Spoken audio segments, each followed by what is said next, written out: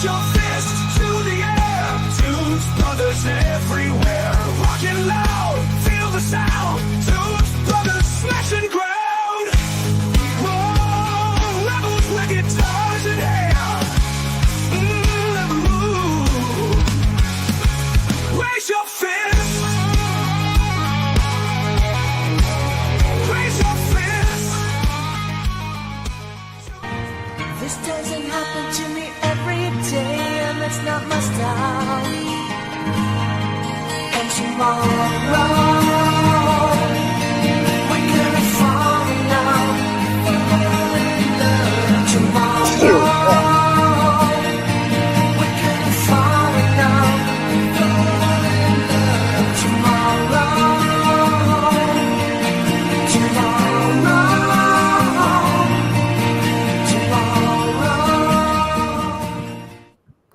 Okay, everybody, welcome into Tunes Brothers. That was Pretty Boy Floyd with a Kiss cover tomorrow off of Unmasked. We are doing the All-Star tribute to Kiss. It is called Spin the Bottle or Pure Fire. Pure Fire to me makes way more sense, and the cover's way cooler. We got Scott. We got Lewis, the Gene Simmons clone. Darren, Dave, and Tommy. What's up, guys? Not much, man. How's it going? Living the dream. Really? I saw Sarcastic. Tommy sneezed his hat and headphones off. And That's all right. brain. So you're in for a treat tonight. I think I just knocked loose my brain too. Lewis, was this your brainchild? Well, nobody else's. All right. Well, explain yourself. Okay. I wanted to do this.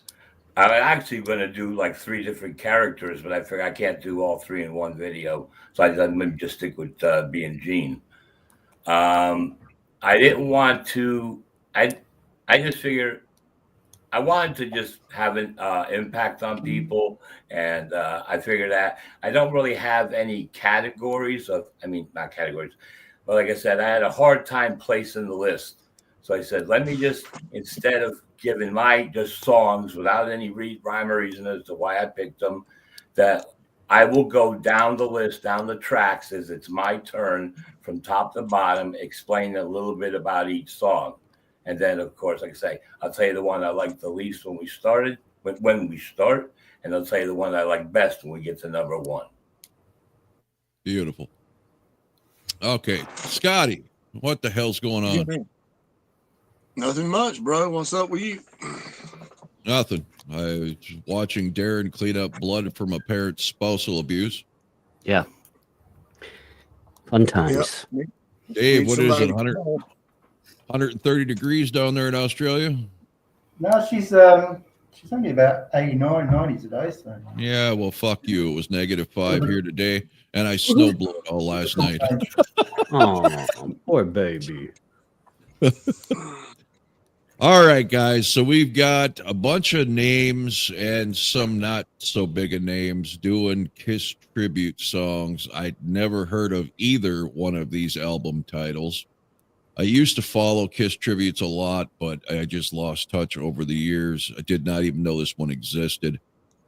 So we got Mark Slaughter, we got Chris Jericho of Fozzy, we've got Dee Snider, we've got Kip Winger, Tommy Shaw, Buzz Osborne, whoever the fuck that is, Phil Lewis, Lemmy Kilmister, Doug Pinnick, whoever that is, Paige Hamilton, whoever that is, and Robert McCauley. So, Robin. What? Robin McCauley. What did I say? I think you said Robert. That's what I heard. You're on drugs. Fuck All you. right. All right. I will go first as far as just giving my take on this album. I expected very little going in because I really haven't heard a good, collaboration. That Kiss My Ass thing they put out decades ago was just a horrible piece of garbage.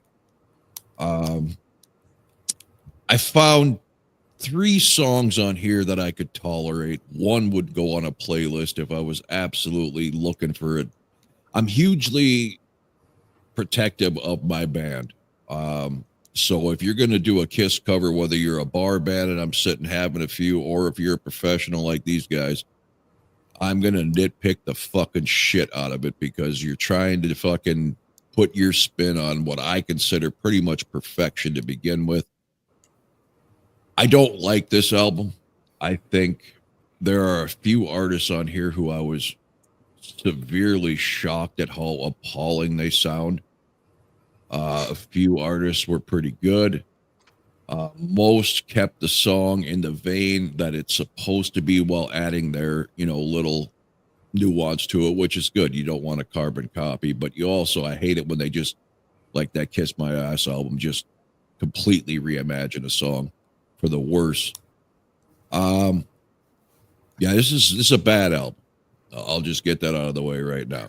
So, Scott? Yeah, man. I don't share the same sentiment he does about the album, but I think it's a damn good album. And the reason why is they do put their own spin on these songs. And I didn't want a carbon copy either. And I was pretty sure when I first heard this, I wasn't going to get a absolute carbon copy. They put their own double basses in here and their own leads and shit. I think it's cool as shit. And I think that the guy's done it to them damn near to perfection. I've always loved it, man. They might be a couple of songs on here that get out of here.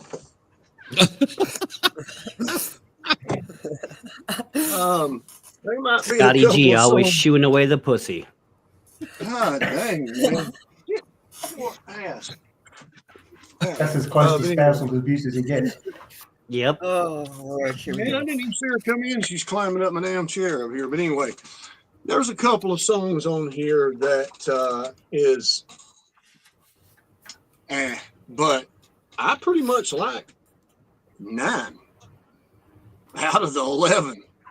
And damn, dude, like I said, I know, it's not Kiss. I mean, you don't. They're not going to do them as good as Kiss, dude. I mean, because these songs are Kiss songs. I mean, this is their category. But for what they done and how they done it and what musicians, I don't know half of them either. There's a lot of them I do, but some of these guys I've never heard of. If I have, I don't know who they are, who they play with. So, but I think they've done a fantastic job. That's my opinion on it. So, next. Lewis? Okay. See, you gotta let me know when it's my turn. Yeah, the order's all fucked up by the camera view here. Okay. I'm gonna go ahead. Okay. First of all, this is not actual bands involved in this project. These are certain artists paired off with other people they never played with before. Bob Kulick and Bruce Bouillet are the producers. The artists were hired by people, 3 different companies: Creative Works, Media Blanca, and Mirror Nuevo. So that's the start of how this all came to be. The first song with Dee Snider is Detroit Rock City, also accompanied by Mark Mendoza on bass and Doug Aldridge from Whitesnake and Dio. And so everyone's put together. Hold on. So, anybody got their volume cranked up too loud? Getting an echo on Lewis all of a sudden. Talk again, Lewis. Okay, so all these artists were put together by the producers of the record. None of them are the actual bands in which they belong to. Right. So that's all the information in the beginning. My choice at number. Have we gone through choices yet? No, you haven't said no, not yet. I will wait when it's my turn to give you my, like I said, the one I like the least. Then more information. We get to number 1. I'll say which I chose as best. All right. Here before I let Darren give his take, Scott, check out and come back in.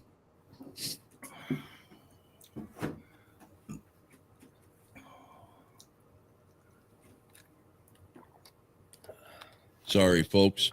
To address Mr. Make Believe, tomorrow, that cover is not on this album. That was on a Pretty Boy Floyd album that they did of all Kiss songs, and it may sound promising. It's the only good track, unless you like complete fast noise.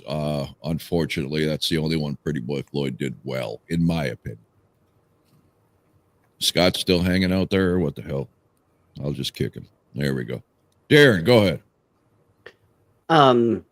I'm somewhere, I think, a little bit in between your take and Scott's.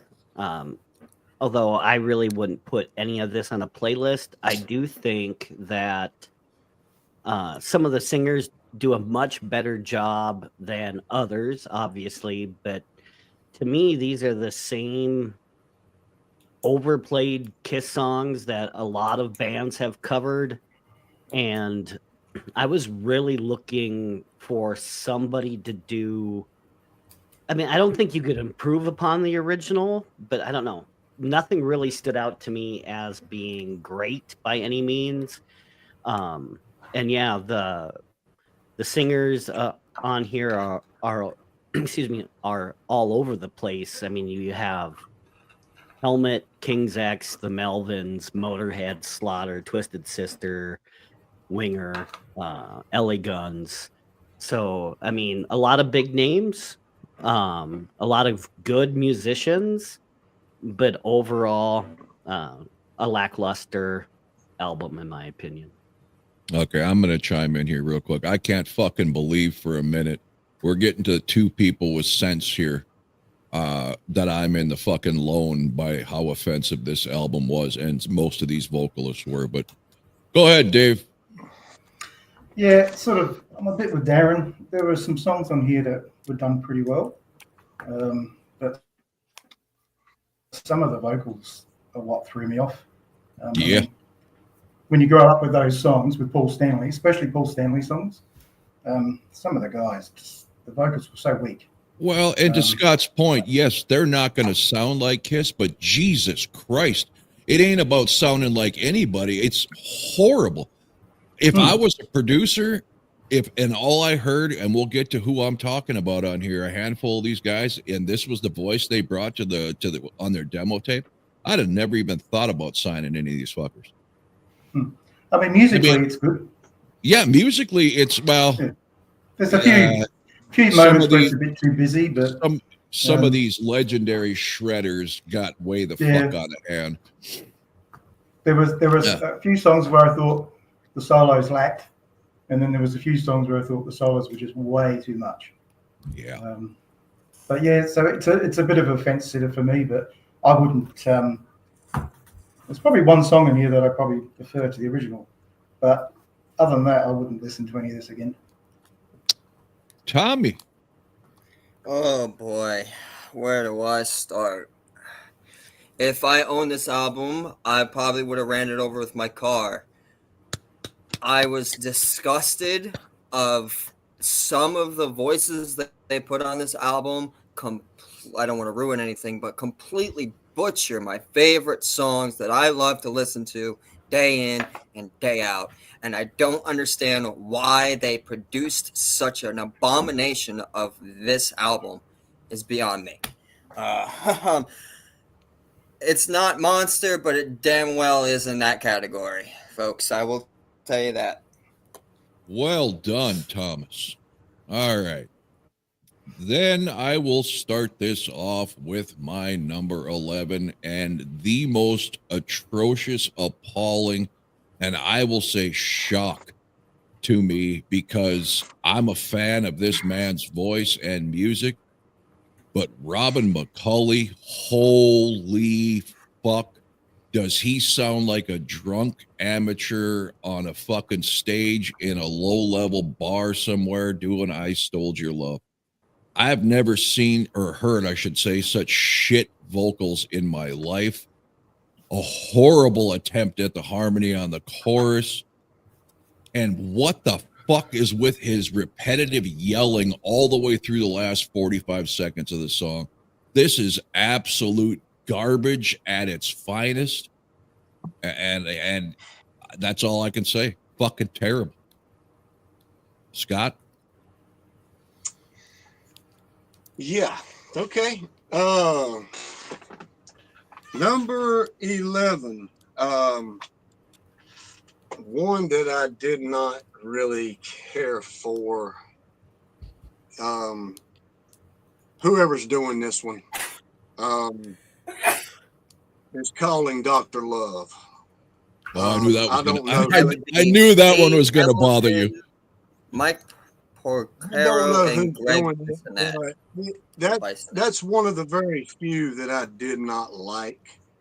The two that I did not like, that was the worst. Yeah, that just didn't sound. That sound actually almost unrehearsed. But if it was, they done a pretty good job, I guess. If it wasn't even rehearsed, but I know it was. So that's all I got to say about it, man. I just didn't care much for how they done that one. It was just mediocre, I guess. So that's my number 11, Dr. Love. Lewis. Ring the bell with Scott. Calling Dr. Love is my number 11.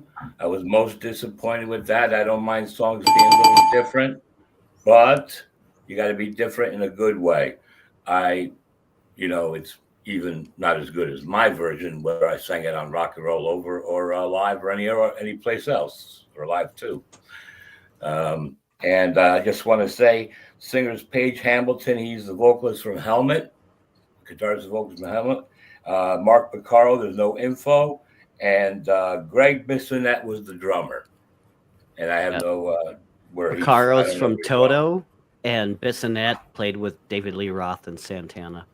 There you go. Whenever I don't have information, I could rely on Darren to up it up a game. So that's my opinion. Calling Dr. Love is my number 11.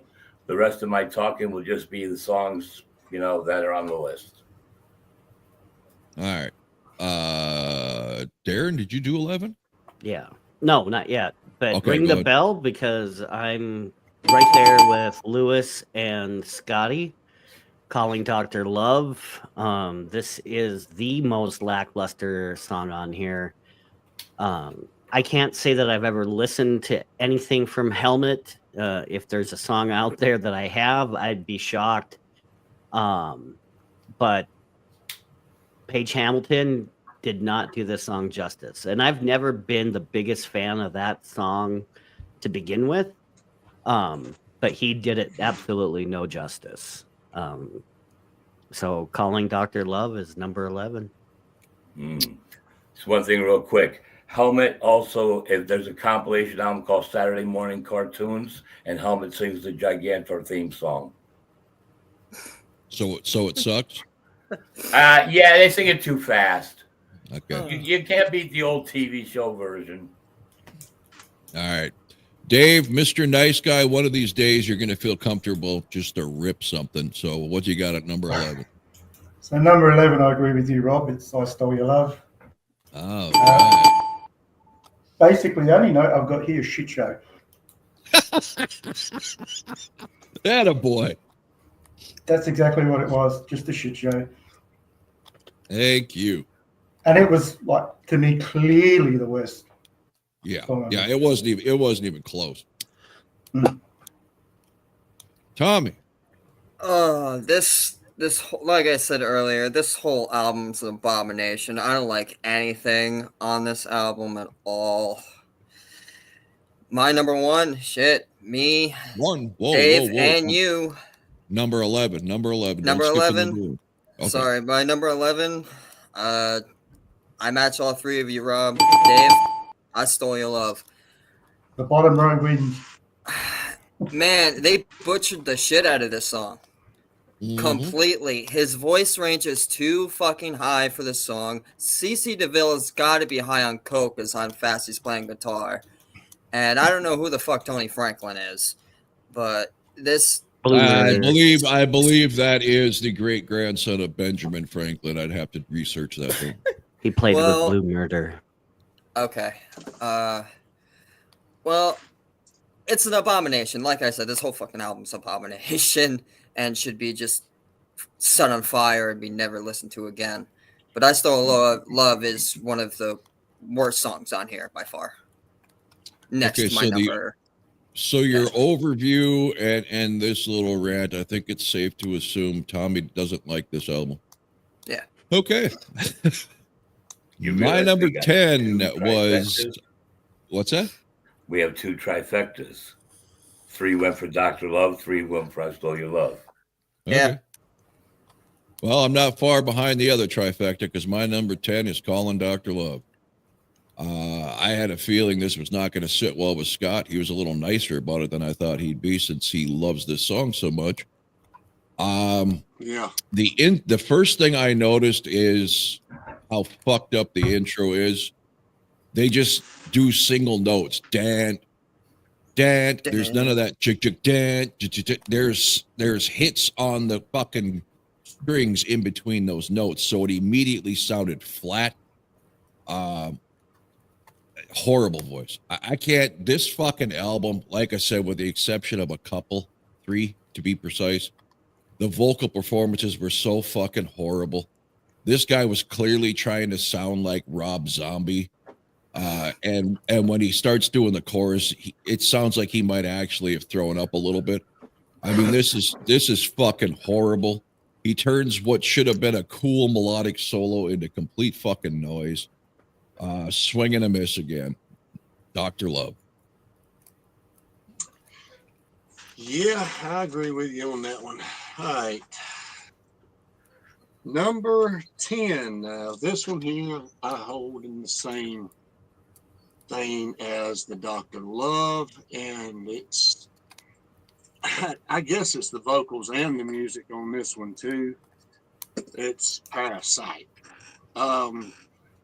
It's totally, I mean, look, man, you want to put your little thing on it, whatever, but don't totally just completely change the song, man. I mean, the guitars, man, are just popping out all over the song. And here's the shocker. That's Bob Kulick getting the bed on that song. Yeah, man. And look, man, like I said, I know they're going to do their own shit with the songs, man. That's fine. But try to stay at least with the rhythm and, when you're not playing the lead, man, try to stay within the confines of the song a little bit better on that one. But like I said, I guess they was just having fun, doing their own thing, whatever, tribute. But I just didn't care for that song on here, man, and never have really. So neither one of those last 2 of mine. So Parasite would be number 10. Louis. Okay, I'm just gonna information on 2 songs, no opinions. Detroit Rock City with Dee Snider, I mentioned it, but I forgot to mention Marco Mendoza is not the Mark Mendoza of his Twisted Sister band. Marco Mendoza is a bass player that played with Dead Daisies, Thin Lizzy re-lineup, and Ted Nugent. And then we have Love Gun, Tommy Shaw, all known for being in Styx and Damn Yankees, and Steve Lukather is a session guitarist.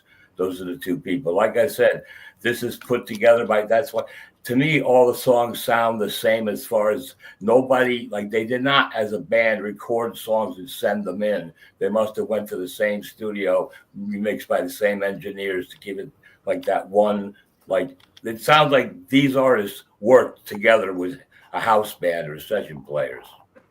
Right, so that's all I got for those 2 songs, and next person can go. Okay, so not only do you look like Gene Simmons, but we got our own Mark Cicchini on this show who's breaking all the fucking rules. So you're not going to rank these? No, like I said, the one Worst I like and best first is what he said.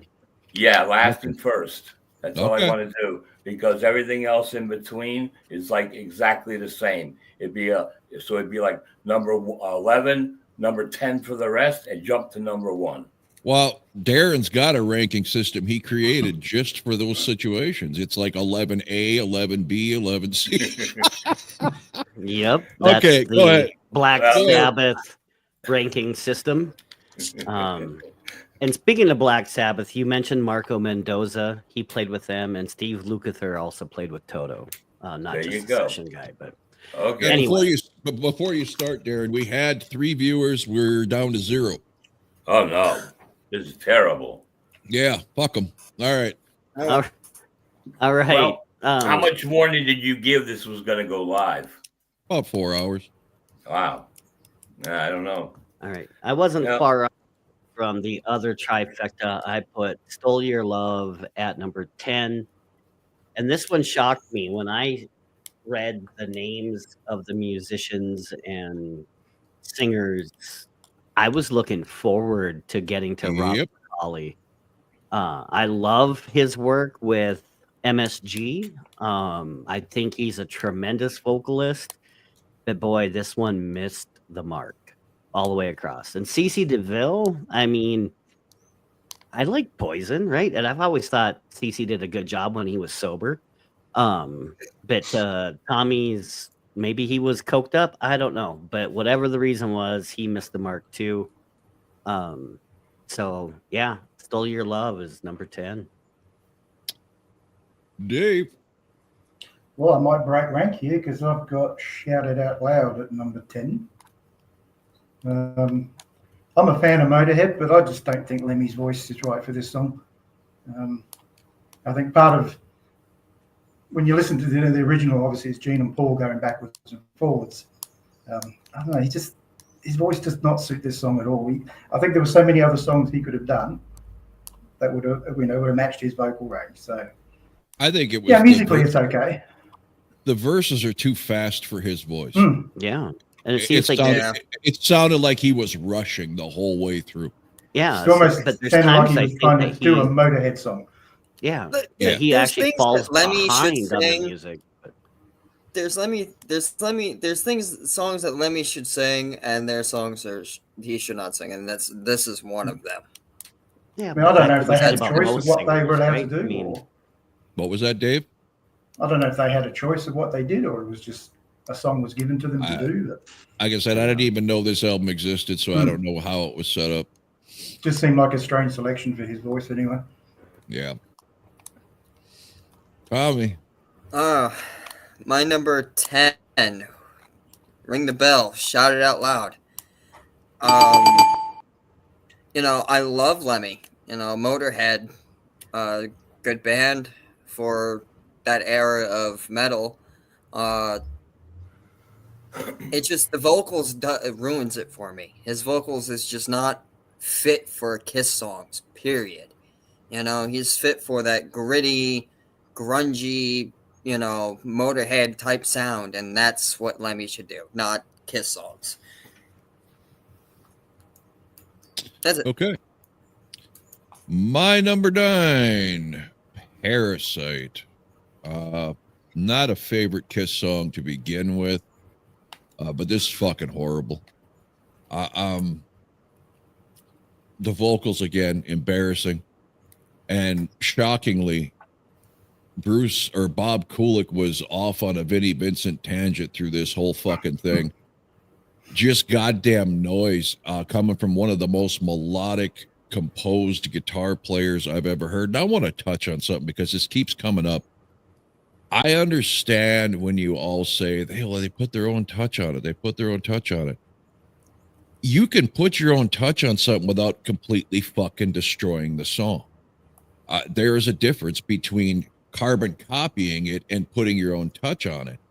But if putting your own touch on it steps on everything the song was intended to fucking be, then what's the point? I don't buy they were having fun and just doing a tribute. I don't like that excuse. If I'm a professional musician and I was asked to participate in a tribute to a band that I grew up with or I loved or influenced me, the last thing I would do was rush into it, having fun. That's the typical Ace Frehley interview excuse. I can't stand that.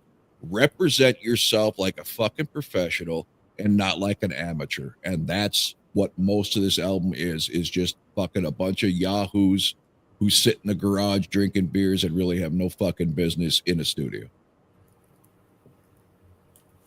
Number 9, Scott. All right. Number 9.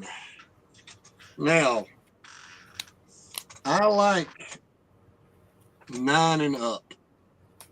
So I guess I'm going to be on the down low on this one. So, but I do have Shouted Out Loud at number 9. And I love Motorhead. I love Lemmy. And I love the way he does this song, man, just because it's him singing.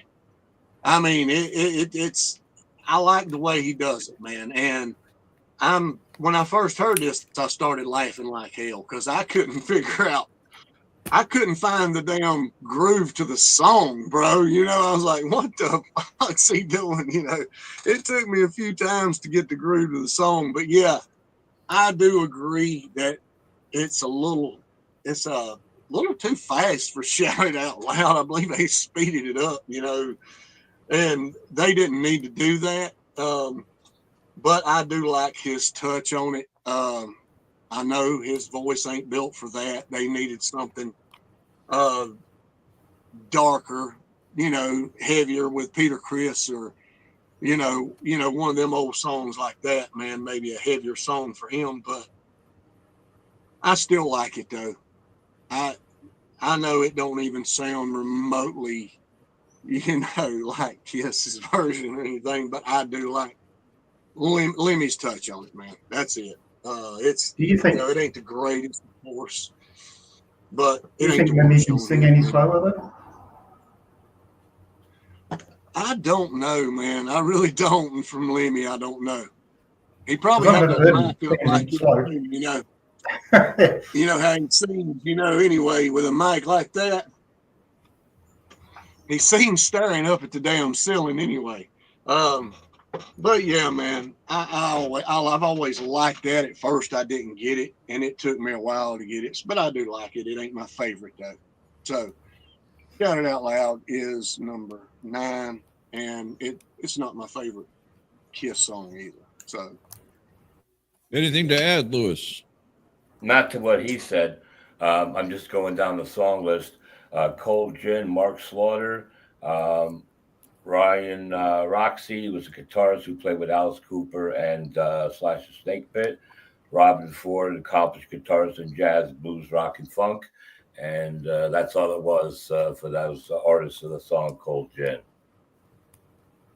So the next person. All right. So number 9, I believe, Rob, did you have Parasite here? Yep. Yeah, me too. Doug Pinnick of King's X. I never got into their music, and it was, I think, because of Pinnick. I mean, I just didn't care for his voice, and that shows up here on Parasite. And of course, Bob Kulick. I don't know what the hell he was doing either, but anyway, this was disappointing. I like the song Parasite, but they really didn't do this one justice at all. So Parasite is number 9. Dave? Number 9 for me is Calling Dr. Love. For everything everyone else has said about it. It's not sleazy enough for me either. You know, Gene's got a sleazy way of singing it, you know. I think, yeah, just it's just another one of those songs in this album that just misses the mark altogether. Yeah. Tommy? Pussy. My number 9 would be God of Thunder, covered by Buzz Osborne and Bruce Kulick. Bruce? I don't know who the hell Buzz Osborne is. It's Buzz Aldrin's cousin. The Melvins. yeah. I've never heard of him at all. This is just a poor attempt of a legendary Gene song.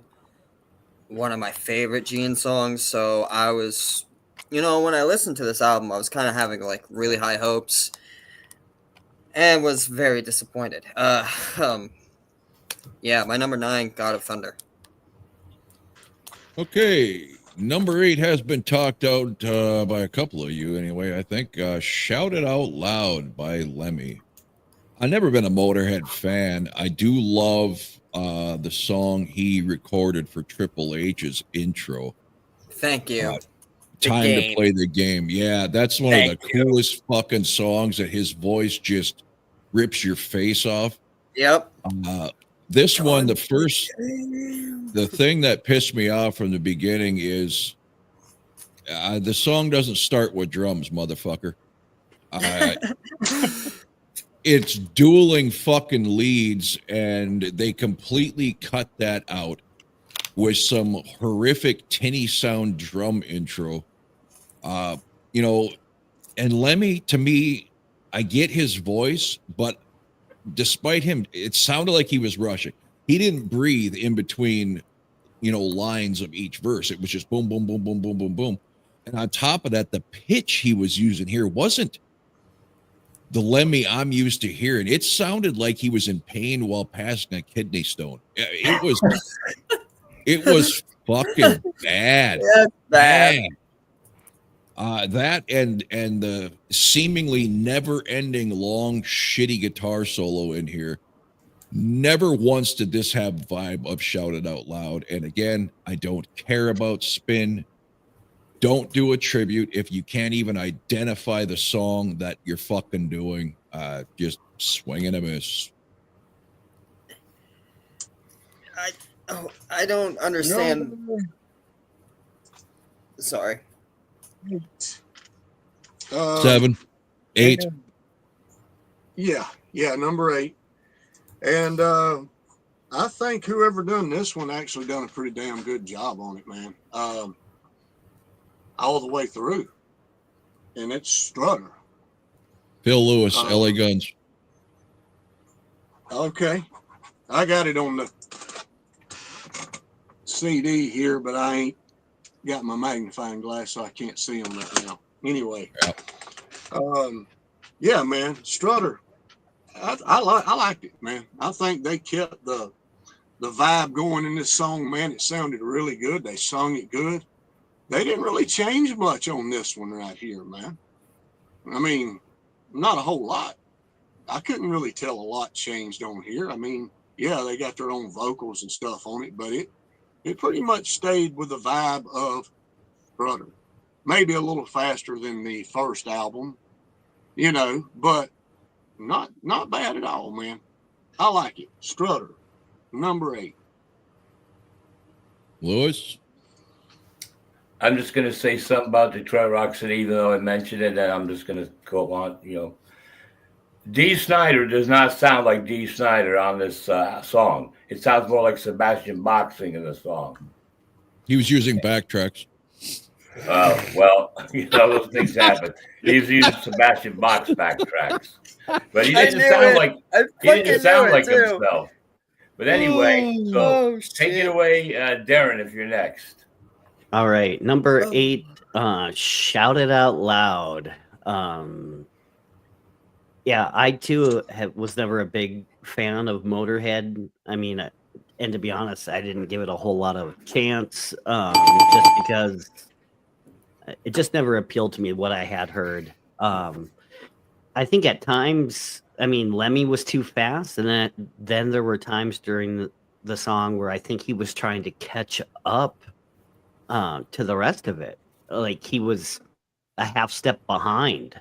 And so it just it just felt out of sorts throughout the whole thing. So make sure you wipe and flush, Louis. I'm having a smoke because I don't want to destroy the Gene Simmons illusion. So that's why I'm off camera. The illusion. All right. Anyway, Shout It Out Loud is number 8. Dave. Dave's got Parasite at number 8. Everything you've already said, Rob, but I just found this was too busy. Yeah. Way too busy. Yeah. Sometimes, less is more. A lot of And- these songs are too busy. Obviously, coming off the Hotter Than Hell album, it was recorded quite crap originally, but I think it benefits from that anyway. So Okay. yeah, this is just Yeah. another one of these at the bottom that just Are you saying something, Scott? that's got. I was just saying Parasite really is off the grid. I mean, if you didn't know that song from Kiss, man, especially the Hotter Than Hell version or whatever, you might not even know what the hell song you're listening to. I mean, they go off the grid with that damn song. That Yeah, probably it's should have been my gritty and last dirty one. and Okay, Tommy, number 8. Mine number 8 or 9. Are we on 9 or 8? 8. 8. 8. My number 8 would be Detroit Rock City.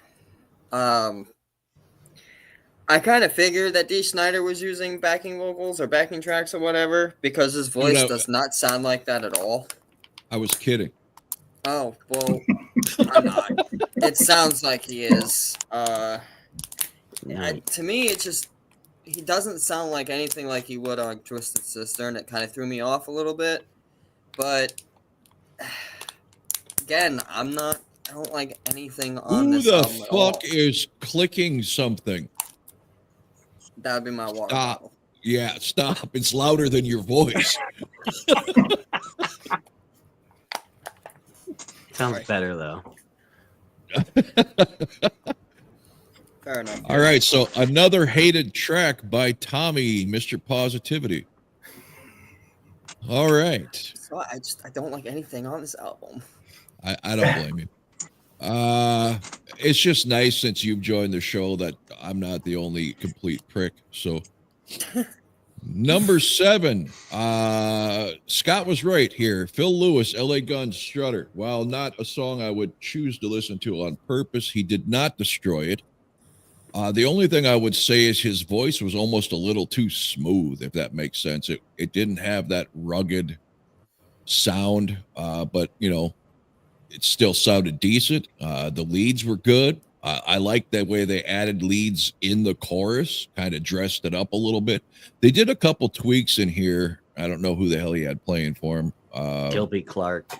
Gilby Clark, yeah, the Guns N' Roses dude, right? Yep. And Jeff Yeah. Pilson from Dokken. Yeah.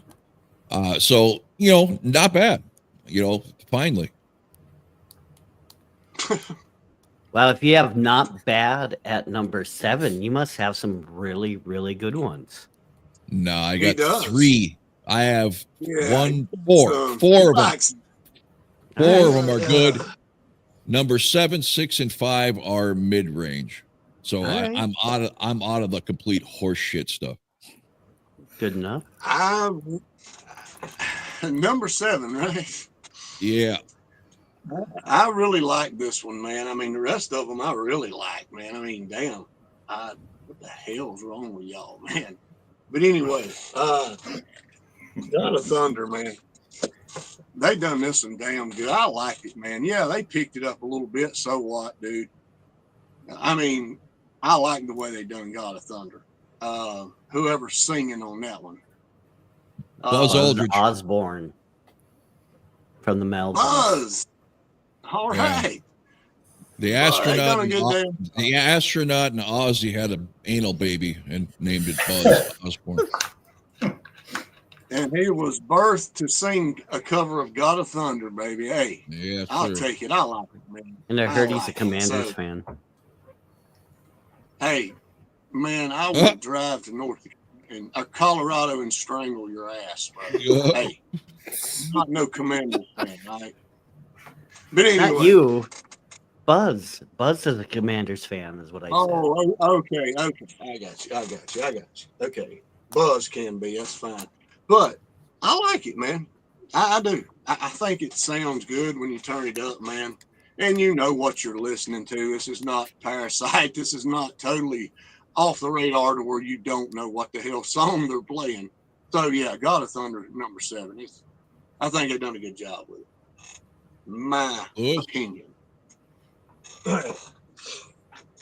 Louis. Nothing from Louis? No. I'm going to pick a song on this one. I agree with Scott. The song's not that bad. I kind of like it. Not my favorite. When we get there, I'll explain my favorite when I get there. But I'll pick for your number 7 list. You could put me at God of Thunder also. Okay, I guess I can give that a bell Thank you. Well, and one of these. All right, Darren. well, give it another bell because me and the slow kid from North Carolina match up at Slow number kid. 7. North Carolina. God of Thunder. I don't like it as much as he does. I think. I mean, and I'm not familiar with anything else from the Melvins, except for the jackass that we went to school with, and his family. Sir Melvin from of Armor Rock Scruff Wedges. Yes, that Melvin. Okay. I got Melvined. Yes, You Melvin. Melvin. I just pictured I Melvin. pictured that scene from that movie. He's like right in front of God. He's like, they Melvined me. Yeah. But I think Buzz does a decent Gene impression on the song. Like you guys said, it's not bad, but it's still not very good. It still falls short, even with Bruce on guitar and Blasco. Yeah, that was from a Rob shocking Zombie. thing. That was a shocking thing for me throughout because Bruce is on a few of these songs. Him and Bob do not play like I know them to play. It was really, really disturbing, but Yeah, whatever. but God of Thunder's number 7. All right, gotta Victor understand, Vegemite. Peanut butter, thanks. Number 7, and this is a bit of a theme here. Love Gun, I've got it at number 7. Once again, I love Tommy Shaw, I love Styx, but I just don't think he has the power to carry this song. Unfortunately, I always have to go back to the original. And The thing everybody should be taking away here. You got some very well-respected vocalists completely shit in the bed trying to copy Paul Stanley or even do a respectable version of a Paul Stanley song. It's time for Scott to get off his pity party because Paul picks on little Ace Frehley and realize how fucking godly this man's fucking voice is, that these boys just can't do it. But Rob, Bruce Kulick is still Well, the they king sound of Kiss. about as good on here as he would probably sound on their damn songs too. So there you go, man. Paul Wrong may be answer. that voice. Paul may be the voice, but Bruce Kulick is Bruce Kulick. Man, Liquid Do you Lester. drink? Do you No. drink before the show, Tommy? no, dude, I don't drink You anymore. should. anymore. Okay, Dave, is that everything you needed to say? Yeah, I mean, as I said, musically, I think the song's fine, but you can have all the good music in the world, but if you've got a shitty vocal, forget it. I know. I've been saying that about AC/DC forever. I just And then he hates really solo album. Don't forget Iron Maiden, Bruce Kulick. okay, Tommy. My number 8, Parasite. 8? 7 album. 7. 7. What? Sorry, I got all these listed all funky. We know My you're number not good. 7 got is it. Parasite. What's that there? I said we all know you're not good with numbers. No, not at all. I'd be rich if I was. My Is this number indicative 7. of the American education system? I blame I blame America. Yeah, I blame that Is there too. any reasons here, or are you just doing a Lewis and saying my number 7 is this next person? No. What it is, I delete songs off the list that I have numbered, but I don't have them numbered in order. That really wasn't what I asked. No, I don't think it was. Do you have anything to say about the song, or I'm just? sorry. That's all right. Other than it's garbage, no. Okay, fair enough. I was just curious. Just curious. All right, That's number all we got. 6. Number 6 for me has been hit on a couple times. Buzz Aldrin Osborne, God of Thunder. I like the way they did the intro, adding those leads in there. That was fucking cool. I agree. He does a fantastic job, at least giving you a Gene Simmons vibe until the old "I am the Lord of the that holy fuck did he shit the bed on that part. But other than that, the song was good. I think he tried a little too hard on that part to sound Yeah. evil, and it came out sounding more like the Cookie Monster. Cookie. it just wasn't a good attempt at it that was the line, god of, yeah, right. but decent effort. He was trying to get too evil. Yeah. Too evil. Okay, number 6. And this one, I think they done damn near to perfection too, man. King of the Nighttime World, dude. Homeboy does a damn good job singing this one too, man. I have to give him credit. Fozzy, Homeboy Jericho's his name. Yep. I fucking love Yeah, Fozzy. man. Yeah, they rocked the shit out of this one, man. I thought. It ain't their song. No, ain't nobody's songs but Kiss's songs, but I think they rocked the shit out of it, man. Whoever's playing the instruments, dude, they done a fantastic fucking job, and he done a fantastic job singing. I don't know what it would look like having a big muscle-bound wrestler up there singing, but there you go, man. He done a good job. Chris There's- Jericho at the Yeah. time when he made Fozzy, he was around roughly 200 and something pounds. Yeah, but he still does it now. He looks like he looks fine doing it, man. He's got long. Well, he used to have really long hair, and he he does the- now. Yeah, he looks has the long part. hair now, and man's still wrestling in his 50s. I wish he would stop wrestling and save his life and continue with Fozzy, so that way we could have more Fozzy music. But that's just my opinion on that. Okay, Hey. Lewis, anything? Yes, a little something. Number 1, King of the Nighttime World is not an original Gene Simmons Kiss song. It's a Hollywood Star song. They did it first. Terribly. And things get improved when Kiss comes along. Yep. The other thing is that with this, Chris Jericho and Rich Ward are both Fozzy members. He had 2 Fozzy members on one song. And Ralphus. And I didn't see that thing, but anyway, also, you remember when Chris Jericho was wearing the Gene Simmons and makeup look, the hair? You remember with that? Ralphus. Yeah, with Ralphus. Yeah. Yep. Yeah. So you can tell he's all around Kiss fan.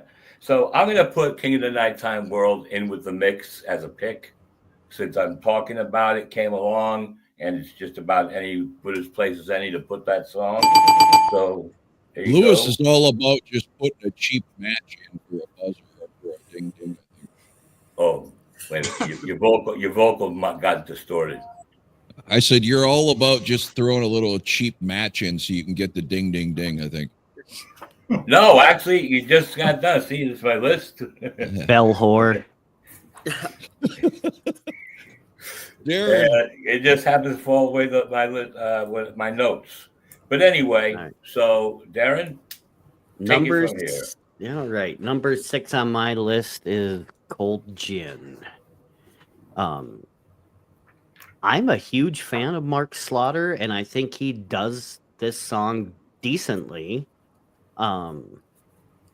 Even though Cold Gin isn't a fan favorite of mine as far as Kiss songs go. But I really don't have much else to say other than I think they did a good job on this one. But there are some that are just a touch better. Cold Gin. Joel Dave. King. On to you, Dave. My number 6 is God of Thunder. I don't really have a lot to say about this one. I think they do a pretty solid job. It's probably the first that hasn't overly offended me. So, wait a minute. I did that too at number 6. did you? It's too hard to keep track of the bell with all these people.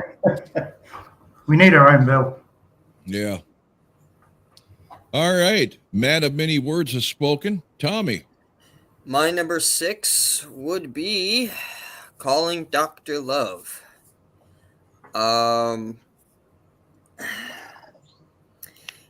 Yeah, wow is right. It's at first I thought it was Rob Zombie singing. And I go back to look at the people that I'm like, okay, so it's just it seems like all these Gene tracks that they're doing, they try too hard to be Gene or Paul or whatever, and it's just very annoying to me. I know many words. Here's what on I this. want to point out. Here's what I want I to don't point want out. to be. I'll let you get back to it. I did want to interrupt you there, but before I forget, only Gene and Paul songs. That surprises me. Nobody pulled a Black Diamond or even Shock Me or whatever. It's weird. This was after the fact when this came out too. You know, this was like what, 2003, 2004. Yeah, but I mean, you can still like the But songs. still. I mean, how cool would it have been to have someone do Mainline or something? That'd have been awesome. You know, the guys probably were, but I guarantee you, Paul and Gene. Hell, I probably would have said, "Yeah." done Brett Michaels.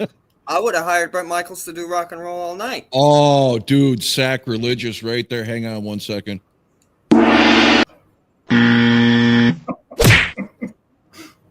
That Just to son make of this a album a little bit more better. that son of a bitch put yeehaws in Rock I and know Roll he All did. Night.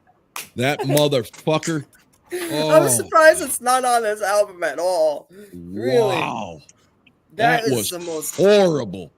Tell me about it. Terrible. All right. Where did we leave off?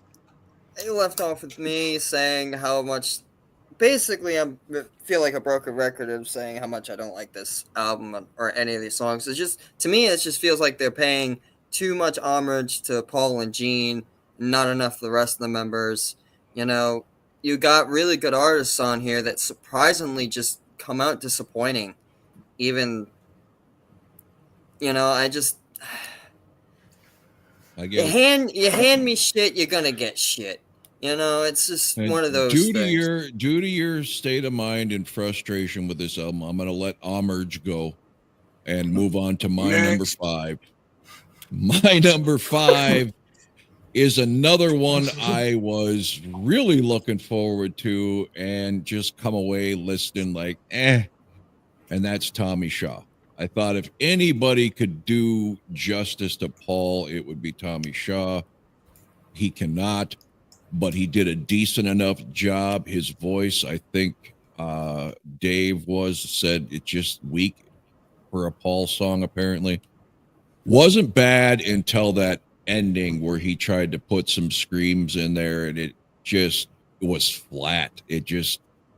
I don't know, man. I'm starting to think Scott was onto something. Most of these attempts is like it was just no rehearsal. Let's just show up and fucking play it. I can't explain any other way of why most of these are very lackluster. Now, after here, the last 4 are fucking fantastic, but just so many talented people coming out looking terrible or just it just kind of disappointing. And I said, Rob, it hurts me to say that for Tommy Shaw because I love the guy. Because he's a great vocalist. But once again, I think there's something else he could have done. Yeah. Scott, number 4. Number 5. 5? Yeah, 5. Did you Sorry. just do Number five, 5. Rob? Sorry. Yep. All right.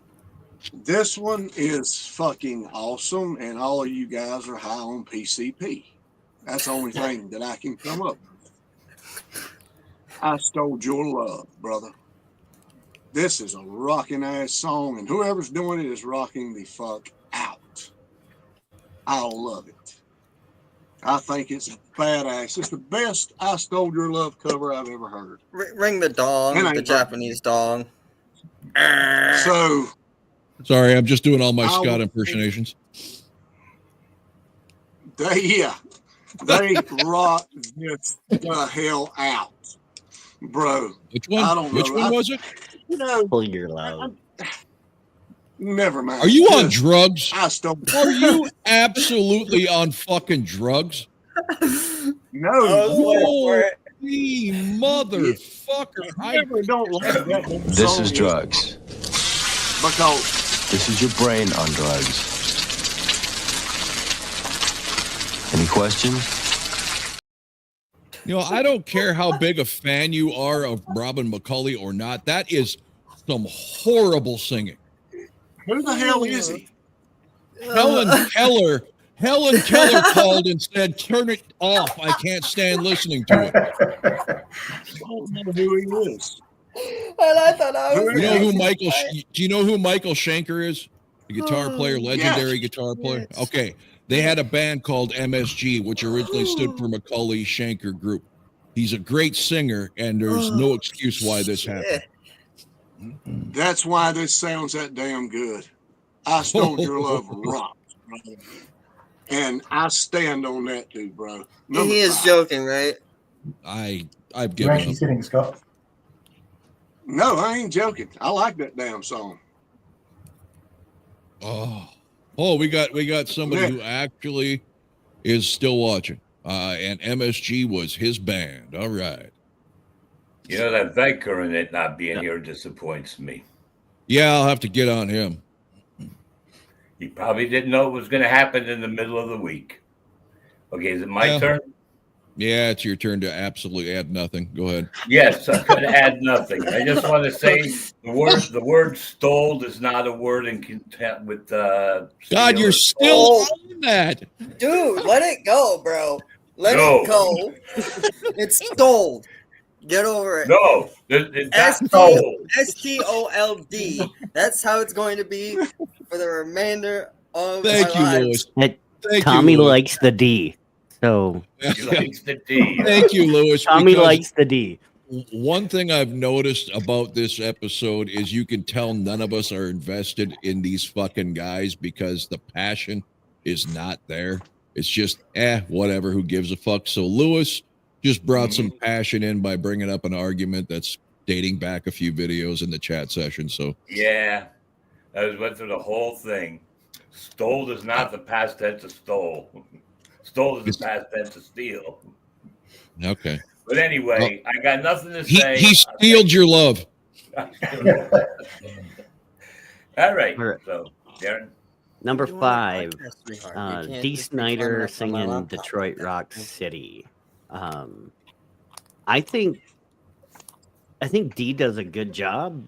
I don't think he sounds like D from Twisted Sister. But again, another Kiss song that I think was overplayed, and I'm not the biggest fan of Detroit Rock City, but overall, it's a good attempt. I mean, I think they do it well.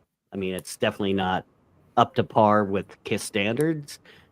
And I don't know if it's just because of the money that Kiss got paid, but I think that if they had listened to this before it was released, that they would have axed at least half the songs. But anyway, Nah, don't be so sure. They were proud as shit of that "Kiss My Ass" piece of crap. Were they really? Oh, Yes. now that's. I like the VHS tape they came out with it, but I've never listened to the CD. At least the VHS tape had like clips of older concerts and stuff. But That was a good I never video. heard this "Kiss My I Ass" had the CD. videotape. That one sucks, done. bro. Yeah, it does. Well, Across the board, that sucks. With the Is exception that the of one with the cover of Christine 16? I think I've only listened to it twice. All I know is Garth Brooks doing "Hard Luck Woman's" the only thing that's remotely salvageable. Oh, Okay. let's see. Dave. Yes, the Jim Blossoms did Christine 16 on that album. Okay. Kiss That's right. Alive won 100,000 years. Tyrannus Cygnus says, rocked me, although I'm 60. Me too. I Dave, got all you punks whipped. So before I go number 5, Lewis, it is "I Stole Your Love." Yes, of course. That's how we say it here in Australia. Those There's two no guys doubt. just like to say I stole. stole They make your it- love. But on this album, they dropped the word "I." It's just "Stole That's Your right. Love." I forgot about that. That's right. Stole Your Love, yeah. Love. Ha, Lewis, you dropped the ball. You missed something. Ha ha. What did I miss? That they dropped the I off of there. Ah, see? Shame on me. God damn So it. should my number 5 should be Want You. You had one job, Lewis. Want you. The shame of it all. Want You. This to me falls in that same category as the others. I think musically it's really good. But the vocal again. You know, that was one of the first songs I heard Paul Stanley singing. And the emotion in his voice in that song is just going to be hard. I agree, but for some reason, Scott's always hated I Want You. I don't know why. How can you hate that song? Yeah. That's my favorite Kiss song. I thought it was I was Made for Loving You was your favorite Kiss song. Yeah. It definitely is. Yeah. There we go. Watch out, Dave. You'll get the flashlight. Dave's coming out of his shell. All right, Oh, Tom. yeah. Number 5. Yeah, I Want You. Okay. Good My job, number Dave. 5, Cold Gin. I like the song Cold Gin. Did they do a good job on the song? No.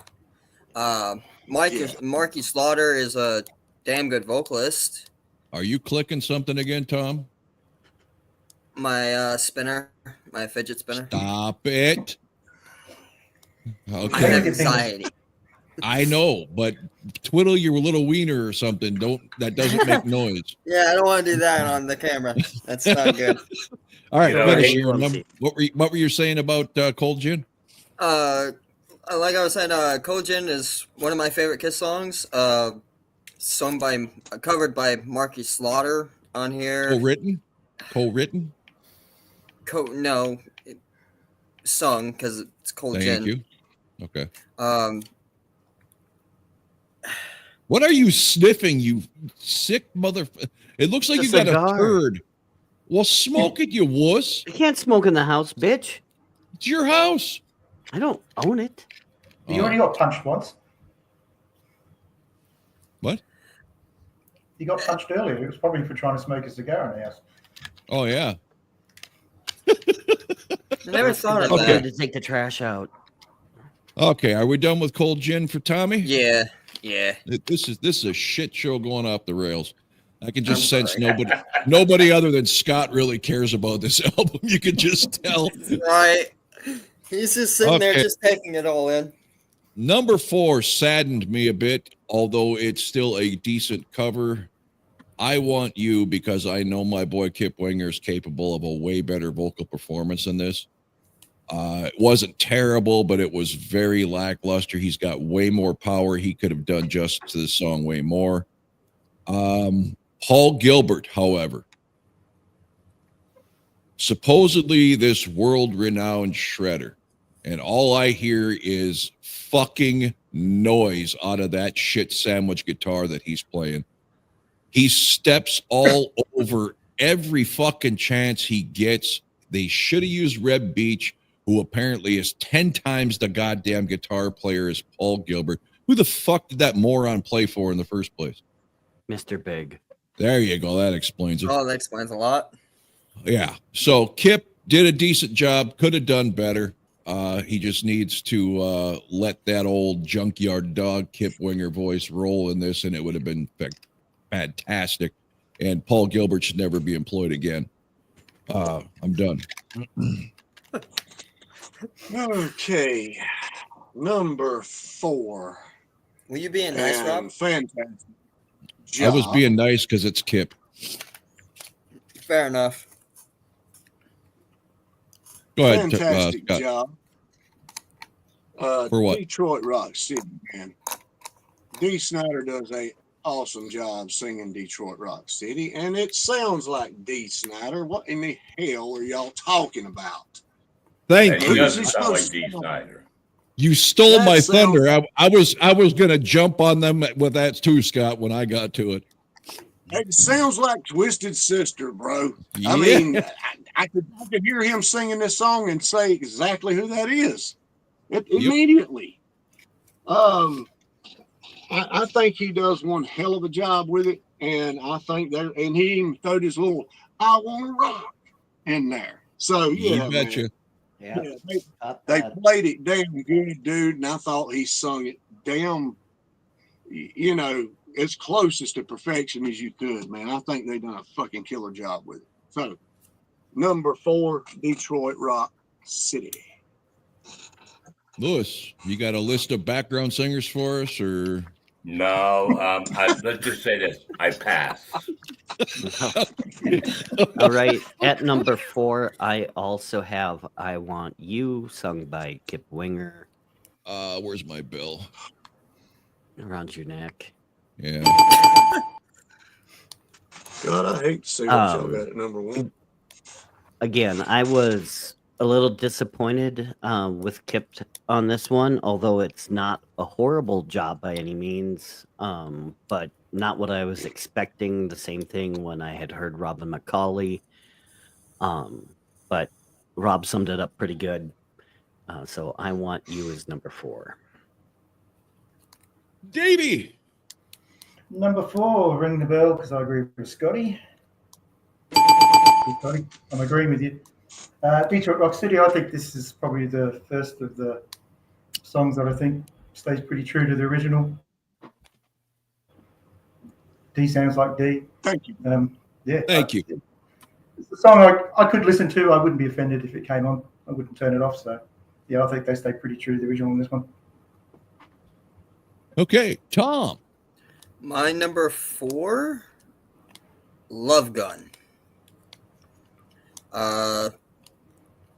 Honestly, it's not bad. As much as I said this album butchered a lot of my favorite Kiss songs, this one in my number 1 I consider decent, and that's being nice. But that's all I got to say about it. Cool. I'm tired of sounding like a broken record at this point. All right. Tyrannus Cygnus. God, I'm hoping I'm saying that right. Says he saw Twisted Sister open for Queensryche in a club. Twisted Sister opening for Queensryche doesn't seem right. That really doesn't. No, I would think that I would have thought that not- would. I'd have flipped that one around. I don't know in what world Queensryche deserved a headline spot over Twisted, but hey, it is what it is. What year? Yeah, what year was that, Tyrannus? If you could let us know. I will move on to number Trey, which has just been discussed in great detail in Detroit Rock City. The starting track of the album, I was fucking psyched because I went into this thinking this was going to be a shit show. It turned out I was right. He said it was in the 80s sometime that Twisted opened for Queensryche. But this song, the first listen through this was my number 1 off of this album. I too, like Scott, I just bit my tongue because I don't know in what world that doesn't sound like Dee Snider. If anything, it sounds like Dee Snider trying to be Gene, but still sounds like Dee Snider, just a little meaner. He's got one of those voices where it's like Ozzy Osbourne. It doesn't sound like Ozzy. Well, he can't help it. I mean, Dee Snider's got one of those voices, man, where you just, at least I do, and Scott does apparently. Dee Snider's got a very recognizable voice. I thought he did a phenomenal on this. The fucking rhythm that they added in the intro was that extra cool rhythm lick that they added in there. It just, the choruses were good. I love the extra lead breakdowns. I just love it. I think it was, I could have done without some of the leads over the traditional dual guitar part that Ace and Paul play because it kind of buried it behind the mix of the lead. But overall, I mean, as far as D goes, man, he kicked some ass on this one. I like that one. All right. Number 3. And this one also is fucking fantastic. It's these top 5 are the ones that I go to actually on this album anyway. And Mark Slaughter does a phenomenal job singing Cold Gin. And he puts his damn screams. I love it. I mean, this song just got almost metal with them doing it, dude. It's heavy. He sings the shit out of it, dude. I got not one problem with that song at all. And who's playing it, and definitely who's singing it, man. I think it's fantastic, dude. I think they done an absolutely perfect job of redoing that song. They picked up the tempo a little bit and run with it, and I think it's perfect. So, number 3, Cold Gin, bro. You know, I got to say real quick, Lewis, just at a quick glance, because I got like 3 different programs up on my screen, so all of our pictures are real small. Every time I'm just glancing by, I swear to Christ, it's Gene Simmons sitting there. I don't know how it looks. Yeah, me too. It No, does look yeah. like that. If it was zoomed in, I don't know if it would be that much of a dead ringer, but on these little thumbnails that I'm seeing, god damn, it looks like. I keep doing a double take at Lewis. I'm thinking, is it Gene Simmons? I realize it's Lewis. I'm like, Jesus. Anything to add, Lewis? Nah, I got nothing. Like in the Now he's history of the frozen. world. I got nothing for sale. Lewis, Frozen? I can hear you, but your video's froze. Should I try to reset myself again? Sure. All right. Go ahead, Darren. All right, at number 3, this is where I have the song "Love Gun" sung by Tommy Shaw, with Steve Lukather from Toto on guitar. And it might be, I mean, I've listened to what some of you others have said about this song, and it might be my bias towards Tommy Shaw. And while he does not sound anything like Paul on this song, I still think he does a good job. It doesn't have the same power, obviously, that Paul has, but I wouldn't expect Tommy to have that kind of power, right? I don't think that's what he's known for. He's known more for the melodic and higher range, but I still think he does a good job. This is a song that I wouldn't shut off if it came on, but I have Love Gun at number 3. Good job. Number 3, I have King of the Nighttime World. Once again, I think they've done this really well.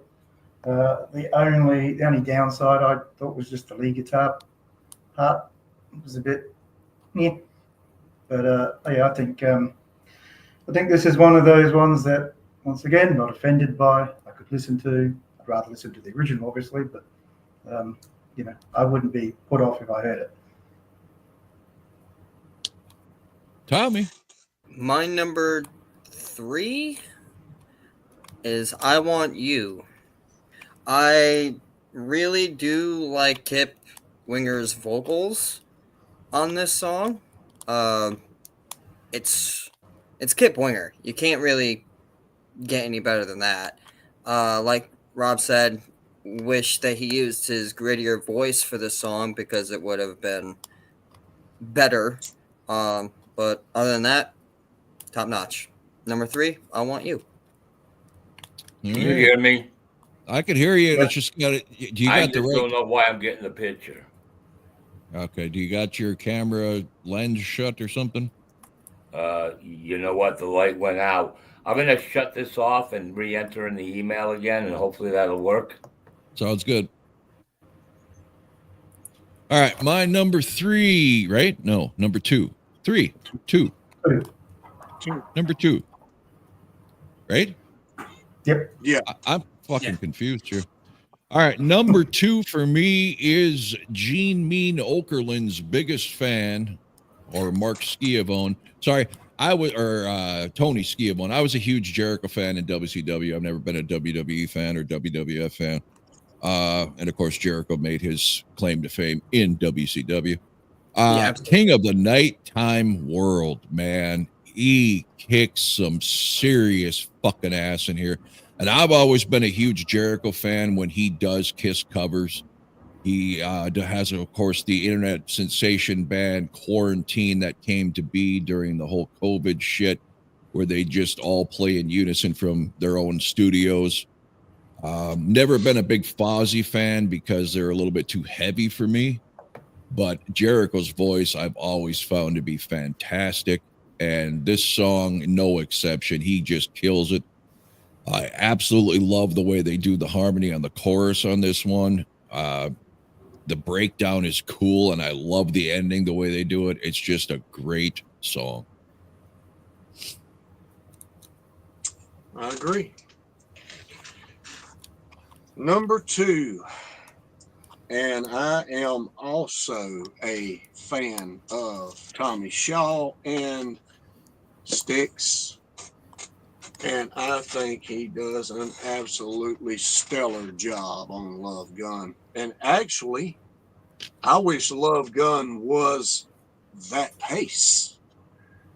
Whoever's pumping them damn double basses, bro, is kicking ass in this thing too, bro. And I forgot. I mean, I forgot to mention go that double bass really modernized that song.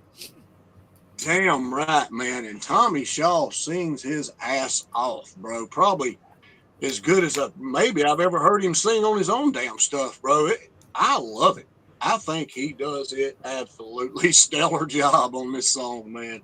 And whoever's playing, they do too. Damn, especially them drums, man. God dang, boy, that sticks out, man. Boy, I mean, they're kicking ass on this song. It ain't just a mid-vibe song. It's a high-octane song when they do it, man. And I like it because I'm not the biggest Love Gun fan anyway. I mean, I love the song, but it's not even my favorite on the album. But man, if they would have done it like this, it probably would have been. But I think he done a great job. I think everybody involved in this song done a stellar job, man. Number 2 used to be my favorite on here, but that changed. So Love Gun number 2, man. Lewis, finally, do we get something? Yes, I'm gonna do this. I'm going to fulfill my fiduciary financial endeavors, and I have 2 new Gene Simmons products coming out. One will be One will be a string of gyms throughout the country, which will be known as Gene Simmons Gymnasiums, and the S's will have. You know, it's funny. He'd actually do some stupid shit like that too. And the other thing I'm going to put out is the Gene Simmons shitter. And the Gene Simmons shitter will also have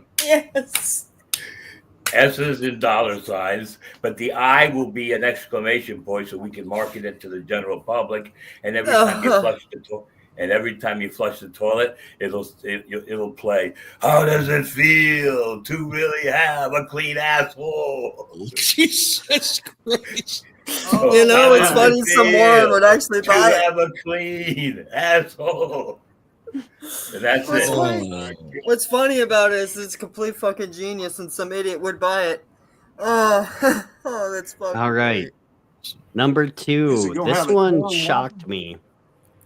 Just like Shocked me's not on this album. Yeah. Okay. Just like when I looked at the list of singers and I was expecting something good from some of these guys and didn't get it, wasn't expecting much from Chris Jericho, and he shocked the shit out of me. Yeah. King of the Nighttime World is my number 2. He does such a great job on it. Rich Ward on guitar. Somebody said that he plays with Fozzy as well, but I know the name from the band Stuck Mojo. But this was a great tune. They did a great job with King of the Nighttime World. So that's my number 2. I don't know whether Lewis was bringing up number 2s because we were on number 2. But my number 2 is it works well. My number 2 is I didn't think of it that way, but that does make sense. It does. Strata for me. I think they just stuck to the original vibe of the song. It's a pretty simple song. the best of times. And yeah, I can't fault this one. This is a pretty damn good job. This is one of those Paul Stanley songs I think is a little bit easier to sing as well. So Yeah. Tommy. My number 2, in fact, this song actually came on my playlist this morning when I was listening to it. Strutter. I fucking love this song. It's Strutter. It's Paul Stanley at its finest with that song, but that's Paul Stanley. This is the cover, obviously. Vocals are damn good on it. But I just love my number 1 a lot more, and that's why Strutter's number 2. All right.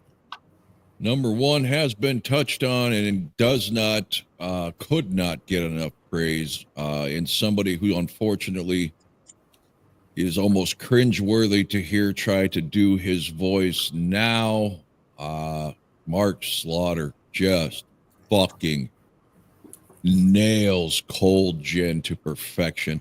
I was in shock. I mean, I think I could have caught flies. My mouth dropped when I heard that mean voice coming out of Mark Slaughter. I couldn't fucking believe it. Just unbelievable. Like Scott said, this one too has fucking double bass added in through the thing. The leads during the famous breakdown. I mean, you know, you got that dana, and they start putting leads over it, and it's fucking awesome. You know, a lot of the classic Kiss stuff I like because Frehley kept it simple, but man, at times when done tastefully, it can really fucking dress it up. And I love fucking stupid camera. I love the yeah chanting towards the end. That was kind of a nice touch. I was just shocked. Out of all of them on here, I would have not thought Mark Slaughter would have delivered the best, especially doing a Gene song, but he did for me. Yeah, man, he sings the hell out of that song, bro. Yeah, I agree. Fucking fantastic, dude. But it's not number 1. Number 1 is a song that's badass to begin with, but damn, I didn't know anybody could sing it as good as Paul Stanley. Not as good. Close to Paul Stanley, and make it sound as damn good as he did. And it's I Want You. Kip Winger sent. There ain't a damn thing wrong with how he sings. It's fucking perfect, bro. It is perfect. Even the intros where he's saying, you know, in the morning I race. I mean, he does everything perfect in this. Okay, let me ask you this though, because I forgot to mention it. The second time he goes to that part, he doesn't come back with the is. He still keeps the soft is. That was kind of a letdown. Yeah. I mean, yeah. Because I know he could do it. He's got the power to do it. I don't know why he neglected not to. Yeah.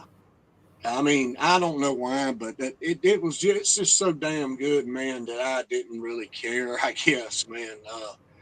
But they played it just perfect, dude. The echoes, everything, man, was awesome. I love this song anyway.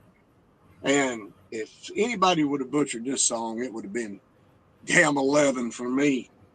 But he didn't, or they didn't, whoever they are that played on it. I thought they'd done a stellar job. That super long solo didn't turn you off at all?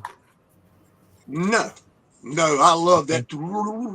Yeah, man, it was bad, but they came back in with the original solo. You know, I mean, they had, you know, everybody's added a little bit of their own thing to these songs, man, whether it be something that stands out like that or the drums or something, man. But I think he done it. I think they done it good without too much overkill.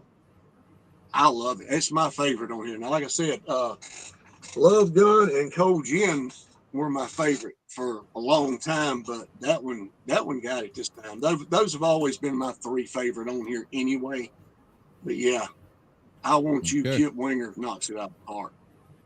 Tyrannus in the comment section says Paul had the best solo album, Gene had the worst. I would agree with Paul having the best. I would say Peter's was the worst. Ace was the worst. No, it's not that bad. Hey, Peters, no, it ain't that bad, but it's definitely the worst. Okay. Not bad. That album stunk. Okay, Lewis, you promised us number one. Number one. Before number one, you notice at the end of Cold Gin with the yeah, yeah, yeah, they're very reminiscent of Leslie Kravitz, yeah, yeah, yeah, at the end of Deuce. Yeah, that's true. Yeah. I never thought of that. Okay, I'm going to just say this. Hit the gong, the buzz, whatever you want to call it. You guys shit on the song. Some songs were done well, some songs weren't done so good. But the one I like best because he brought it. Lemmy crushed it because he made it sound like a Motorhead song. All the other people involved in other bands did not take a Kiss song to make it sound like one of their own, as if it was a song in their band. Lemmy, and shout out loud, best. It's totally original. I don't care what you guys think. Whatever. I like Motorhead. I like a lot of their stuff. And if someone is going to do something, I want you to sound like it's your band that played that song, that originated that song. So, Lemmy, isn't that being good and you want some fun? You know, whatever. I didn't understand what the man was saying half the time. Doesn't matter. If you know the Kiss lyrics, just follow along. Okay, Tommy, in response to that, that's every Motorhead song. Yeah. You will never know what Lemmy's Except saying. the I don't think 80s. even Lemmy knows what he's saying. Johnny Guitar chimes in very late saying he never heard of this, but he loves the Chinchillas version of I Stole Your Love. And I haven't heard that, but I do like the Armadillos version of God of Thunder. Johnny Chimpo and the Chinchillas. He says we should do a reaction to the Detroit Rock City movie. Well, that would be awesome. I don't know. I don't know how you would do a reaction to a movie without watching it while you're reacting. I don't know how that would work. You'd have to download it. You'd have to download it and put it on here. I have it downloaded. Yeah, but It's a YouTube great might movie. not allow the stream of that through a channel. I'm saying, but Yeah, do we just all watch the movie and then write notes and mention things we liked and didn't like? Is that how you do it? You have No, to you'd have stop to- the movie periodically while you're watching it and talk about it because you can't watch it all the way through. Yeah. Says Yeah, Lemmy used stop to and change think. the lyrics to be funny. I believe But that. nobody, I bet you nobody caught on though. That's just it. Well, they couldn't hear him. They couldn't understand him. Yeah, that's what I'm saying. Nobody noticed. Oh, I got something. To do. Hemorrhoids? You know Go ahead. you're working. Oh, I'll wait for you to go ahead. Have you any of you guys heard of a three-piece band called the Paul Stanleys? No. No. You should check them out on YouTube. They're all dressed kind of like variation of Paul. They play at well, they don't play anymore. It's a long time Lone ago. Rangers. But they have it's all star. They have all the stars, I believe. There's a video of them going to McDonald's. Two of them in McDonald's. It's a funny video. You got to watch it. And I just discovered today there was a band called Gene's Addiction, where it's all the guys dressed up like Gene Simmons. That's awesome. You got to check that out. Okay, Derek. All right. My number one on this is Strutter with Phil Lewis from LA Guns. I think he does a great job. Gilby Clarke and Jeff Pilson, I think they added to it. But even like right towards the end when Phil is holding out a note, to me, I can hear LA Guns. well, yeah, but Jamie's Jamie's crying. Janie's got a gun. No, The Ballad of Oh, Jane. there you go. Ballad of James. Thank you. I was just fucking with you the whole time. Like, no, that ain't it. Ballad of Jane. But for those of you who are interested, LA Guns is going to have a couple of new tunes out and a new album soon. So look for LA Guns' new stuff. Cool. Dave, Yep. number one. Hey, number one, ring the bell, Rob. All Cold right. Gin. Cold Gin, by far the best song on this album. I'm not Yeah. really a big fan of the original anyway, so that probably Me helps. either. I would choose Yeah, this version. I would choose this version over Kisses on a playlist. It's in my notes. Would listen to this anytime over the original version. So, Yeah. yeah, Mark does a great job. Everything about this song is just top notch. So, number one by a country mile. Awesome. Tommy boy, do you find they got something good to say? Probably not. All right. But I do have a suggestion for a live stream. I don't pick- swing that way. Well, well, I was gonna. Okay, go ahead. I was going to say, we pick one album that we all can agree on, listen to it live, and then give our review on it. Listen to it live.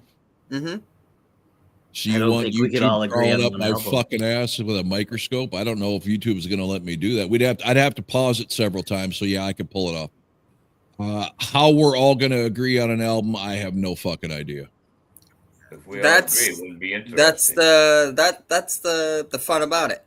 We got to. No, we don't all. We don't. I don't think he's saying we all have to love it, Lewis. What I'm saying No, is, but, if I let We Scott picking- pick, I'm going to hate 80% of it.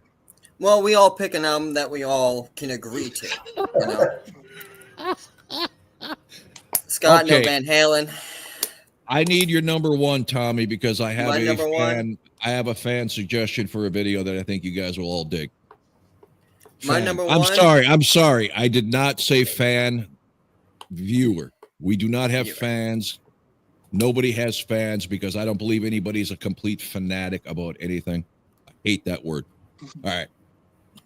My number one, King of the Nighttime World. And God knows, I- Tyrannus. Sorry, Tommy. You're If fine. you're suggesting a live for us to listen to, fuck no. I have heard that starting at like 6 years old till 51. I don't ever want to hear a live again. I say one of the No. Dynasty albums from Dynasty. Let's just leave that topic alone for now. Go ahead. What's your number one? My number one would be King of the Nighttime World with Chris Jericho. Good choice. Two reasons. One, I absolutely love Fozzy. And two, Fozzy it's Bear Chris- or Fozzy the band? Fozzy the band. Okay. I totally forgot that Fozzy the Bear actually existed. Oh shit! I preferred. Where do you Snuff think he Out got the name? No, you really? Yes, he did. It was a play No, on he Ozzy didn't. Osbourne. It was a play on Ozzy Osbourne and the Fozzy Muppet thing. Wow. Okay. Hey, that's cool. You realize, but- Chris Jericho's an absolute smartass. It's typical. Right? Yeah. Yeah. I sometimes when I think that man, when he's a heel, I don't really think he's playing a character. I think he's that much of a prick. He's only playing a character when he's a toe. When he's a heel, he's correct. Yeah. Yeah. But I love Chris Jericho's voice. His range is fucking top notch. He's a top notch singer and, might I add, one of the greatest wrestlers I've ever seen in the ring. But that's all I got to say about that. The term is face. What? You call heel and toe. Heel is bad. Face is a good character. Yep. You have the baby Was- face and you have the heel. It was a joke, Lewis. Oh, Toe. see, I don't. I just. I'm don't glad get I'm that. not the only one. He stole your thunder. You stole Yeah. my thunder. Okay. This was not interesting. No. I feel like this was a horrible episode, and we deserve all few viewers we got. Love Gun, Rock and Roll Over Destroyer, maybe Creatures of the Night. Let's hold that off. I am not in any hurry to try to get an entire album into one video. That sounds like a shit show. Maybe in the future. However, I did have this emailed to me from Jason Cravens. Tunes Brothers is definitely one of my favorite podcast shows on YouTube. I enjoy the interaction. I hesitate to suggest another album. I don't want to offer anything too obscure, but he wants to contribute that something that really helps your audience grow. So he's got an idea here. He watches a lot of UFC and thought it'd be cool if we did a musical fight discussion. Something's wrong with your audio. Yeah. I can't hear you. Yeah, we didn't hear You're none of cutting that. out. What do you mean you cutting out? You're Yeah. cutting out. We can't hear you. You're on crack. I'm right here. You are Now now. you sound better, but You're no, there. we are not all on crack. You were cutting in and out. Am I cutting it out now?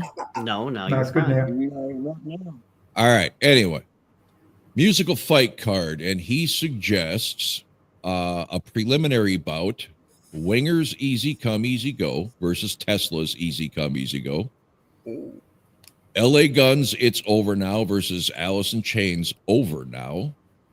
Motley Crue in the mid card, Live Wire versus AC/DC Live Wire. Co-main event, Van Halen's House of Pain versus Faster Pussycat's House of Pain. Pain, yeah, sorry.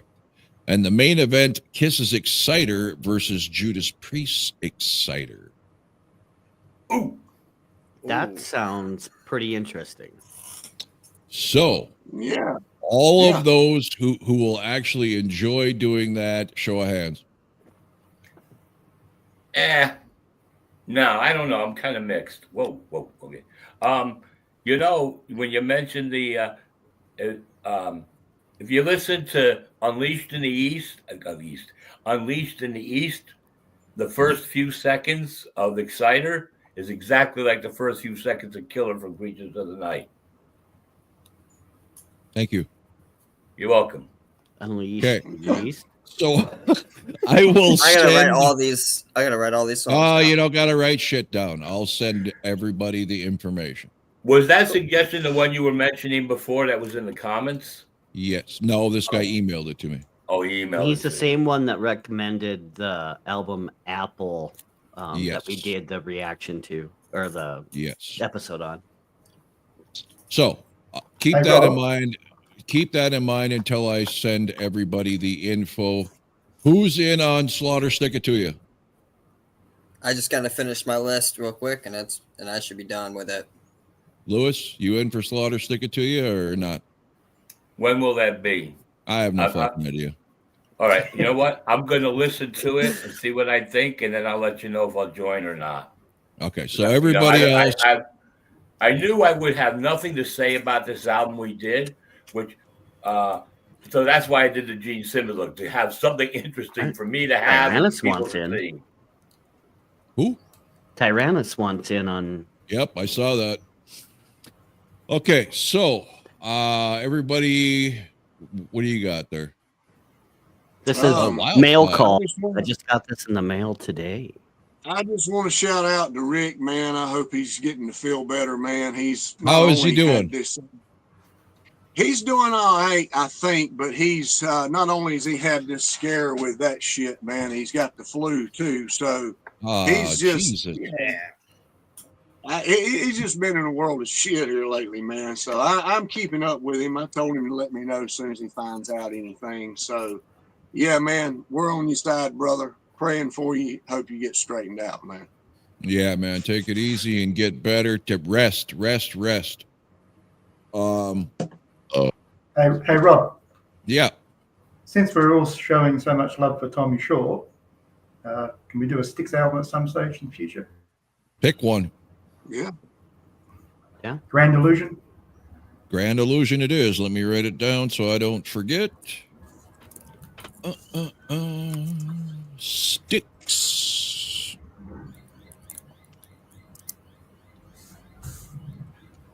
Okay. Do you know that one, Tommy? Yeah, I got it down. Okay. I haven't Styx- listened to that actually, so I'm looking forward to listening to that.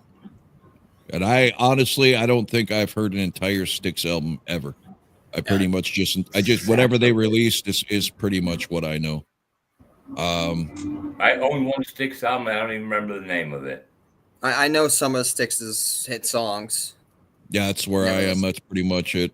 Yeah. So everybody get Stick It To You done. Lewis, you decide if you want to do it. Mhm. I will I'll work give it a on list. sending everybody the title card stuff suggested from Jason. I have nothing else. This has been a terrible episode. I apologize to everybody. This is kind of what happens when it's not a band per se or an album of a band. It's just a shit show compilation. Wasn't that fun? Are you going to play samples of the title card show of the songs? Or We just could gonna also do talk a Bob about 'em? Seger album. I will play as much as a song as you want. Here's the fucking thing. When I play a song in this player, I can't skip. So if you want a sample, it's going to be whatever the first 30 seconds is of the song. Yeah, So let's it's not just say real- if you're going to play some of the song or none at all, you know? Well, I'm Yeah, just just- saying it would have to be the beginning of every song. I can't skip forward unless I download, unless I have the song Pre-download. chop it up and upload just the choruses. You want to do it that way? Well, it doesn't matter which part of the song you choose. I just thought having audio of the songs might have Yeah. a little bit more interest for the audience. I will do that. I will bust my ass for free and do all of that to make it a killer fight night. You got to do it on Friday. And not particularly this Friday, but you got to do it on a Friday for Friday night fight night. You got nothing That's but right. time and hair on your palms, on your hands. Right? Yeah, Tyrannus, that's very nice of you saying not terrible, just new to me at least. He must be new to this podcast. Trust me, this was terrible. At least to me, by my standards, this was really not interesting at all. I wouldn't have watched past 5 minutes, but that's just me. We'll do better. Slaughter next. I will let everybody know when. I will start pining away for slave labor wages per Lewis's request to chop up songs and get Not ready a for the. request or suggestion. You don't have to do it at all. No, I will do it. It's a good idea. Anyway, so Slaughter next. Hopefully within a day or two, whatever. We seem to have What's a that problem. called? Stick it in?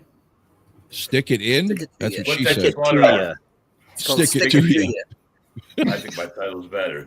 Stick it in. Stick it to you. Okay. I'm going to go look I that up. do have All right. one last suggestion. Okay.